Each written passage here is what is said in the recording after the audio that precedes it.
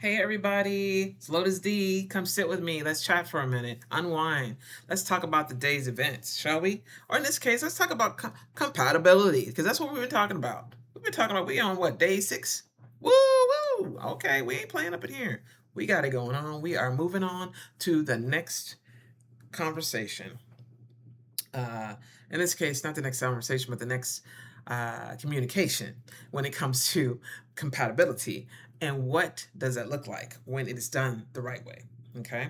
So you make each other a priority. What? That is huge. Why? Because there's a lot of things we have to prioritize in life. We got to pay our bills to keep our lights on. Okay. We got to pay our bills. We gotta get groceries. You gotta take care of family sometimes. You gotta call mom, tell her you love her, check in on your kinfolk, as they say in this case, your relatives. Um, in my case, there's a lot of priorities I put in my spirituality. So I got a lot of priorities. I got work, got a lot of priorities going on. But so how do you show up with someone you care about as a priority? Let's talk about it.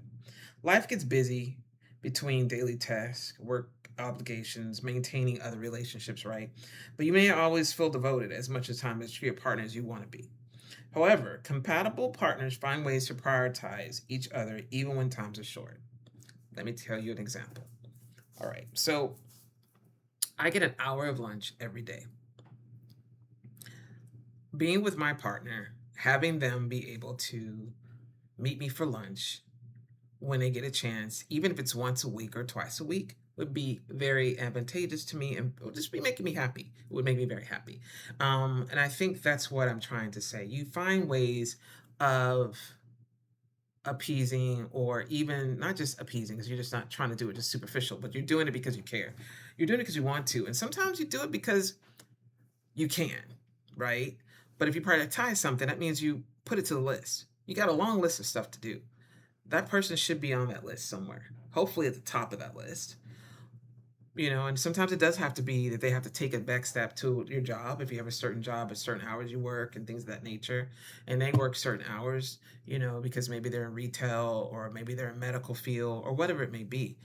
But if you really truly care about someone and want to see where this goes, you find a way. You send little love notes. You do little texting. You make ways of letting them know that they're a priority, that they are important to you, and that they matter. Just saying, that's what you do. So examples are setting aside 15 minutes to check in about the other person's day in the evening, setting aside a weekly date night, and it could be just one night a week that is a date night until you get to a point where those date nights becoming coffee dates, lunch dates, brunch dates, all kinds of things. You got to start somewhere, guys. You got to put time into this. You're investing in a relationship. You're building trust.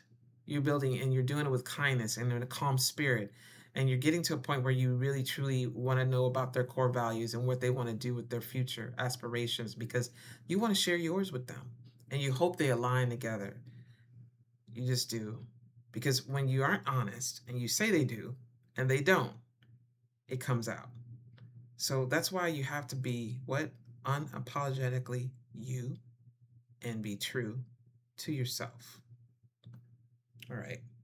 So individuality, excuse me, is honored.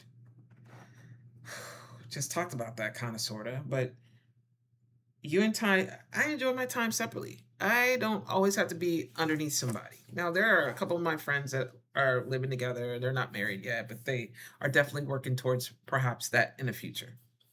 Have very similar goals with each other and things of that nature. So they're working towards that and they have aspirations for that together.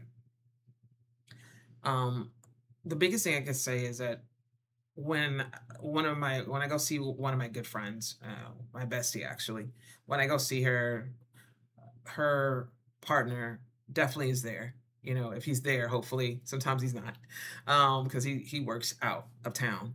But I'm able to really spend time with her, and then I'm able to spend time with them. And at no time do I ever feel like I'm neglected or she's not taking time for me, because he understands our relationship And he and I have established a relationship, a friendship. I call him brother. And I have that with a lot of my good girlfriends that have boyfriends or have partners or have a husband. I'm like, that's my bro. You know what I mean? And I can go outside and chat with them and cut up with them, um, as I would with my girlfriend, because that's her other half. I think a lot of times people get it so misconstrued when single people are around. Oh my God, are you sure they're really kikiing together? And man, please trust and believe this. I'm not the one. I got too many other things going on in my life to disrupt or cause anything to someone else. And that doesn't mean that everyone is like that, but that's the way I was raised. Shout out to moms on that note. She knows how to be a sister, a bestie, and they ain't even have to be related in order for that to happen. Thumbs up. Good job, mom. Learn from the best. So when that happens, it's all about making sure you keep being that individual self that you are, that you don't have a problem maintaining that, and that you consistently are who you say you are at all costs. By having that time for yourself, to make time for yourself as well, gives you time to release that, whether it's working out by yourself or or reading a book for you because you love to read a story, what story, novel, whatever, but you're still doing things that are pleasing to you, that you're doing alone. Maybe he has to work late, or maybe he can't get with you on the weekend, or maybe he had to change his plans because something came up. All those things, or she has to do those same things, or whomever it is that you are dating at the time. But in order to be compatible with someone else, the biggest thing I always tell people, and this is something you hear 100% of the time, and something you all have heard from me over the past, really, truly, since I've been doing this for the past year or so, you have to love yourself. There are so many times I hear people tell me they can't be alone by themselves. It saddens me. It truly does. But I get it. I get it because you haven't had that time to do that. I'm not saying that you got to be, you know, people say, okay, well, I got to have a roommate because I don't like living by myself. Okay. That's one thing. I would say to you, and I would advise you at this point in time, to take that time to really get to know who you are. I would say, even if you have no idea and you're about to start dating, you're about to get on the website, or about to start, this person that you're very interested in or you've been interested in, have you taken the time not to write necessarily your pros and cons? Everyone does that. Let's be honest with each other. You really need to write down what you like and don't like, too. Not from that person, but you. You don't like it for you. You are not happy with someone that does this, and that. And even no matter how silly and quirkish it may feel, that is still you. And guess what? There's nothing wrong with you. There isn't. There isn't. Now, if what you do affects others and causes any type of pain to yourself or others, that's when you need to get some help. Truly and honestly, seek help. There's many processes and many programs and things of that nature that you can look into for addiction, all types of addictions out there, guys. Addiction is something I'm definitely going to discuss this year. I'm going into a little bit deeper, when it comes to certain things, because I've had to go through some things I've learned on my own by research, etc. I never thought about it, but it's affected my family life. One of the reasons why I had to move, because it affected my family life. And so, to help people within my family, I learned what I had to do and how I had to learn to speak differently.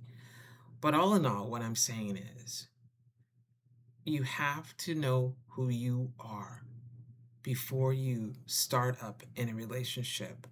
You have to know who you are, and you have to be accepting of who you are. And even when that becomes a moments where you are like, I don't like this part of me, then work on it. Work on it. And me, it's my health. I want to work on my health. Everybody's like, "Oh, you look great. You look fine. Oh, you look great. I like that dress on you. What are you talking about?" And you're going, "What? Okay, well, you don't know how much you don't know how much I got to do in order to make sure this dress fit me right." You know what I mean? I wanted to wear a different dress, but I couldn't fit into that dress. I'm just saying, guys, you got to be honest with you. And you got when you're honest with yourself and you realize what you somebody comes at you and tells you, well, you are kind of thick. You're not like, oh well, I know I am. Why I just told you that? Because you're able to say, I know that. What are you trying to come from me? That doesn't come from me. Doesn't affect me. I don't get angry with people like that. I look at them and I make fun of it. I think it's hilarious because I already said that. I used to be so insecure about certain things when I was younger and I didn't know I was skinny. I thought because I was taller than everybody else that I was bigger than everybody else. That's right. That's called vulnerability. That's called being true to you. Understanding that some of the things we think we have gone through, we went through it, and we didn't even know that we had it going on. Or we didn't even know because we didn't try to see it, because we kept on thinking this person's being told by guys that that's what they like. So that must be what the like is. This person's this person's that. We all have someone for us on this planet. Some of us seem like they might be having like one of my aunties. She's been married I don't know how many times. I can't keep up. But that being said, in real seriousness, I appreciate you all taking the time to listen to me about capability. I will share with you the next topics for next week, but please understand we will be in a different outfit when that happens, and I would do my best to continue that on. But I appreciate you all, and I thank you for sitting and unwinding with me, and I'll see you tomorrow. And yes, I may have the same hat, but not the same outfit. All right, guys, have an amazing day. And thanks for unwinding with me and sit with me for a bit. Take care.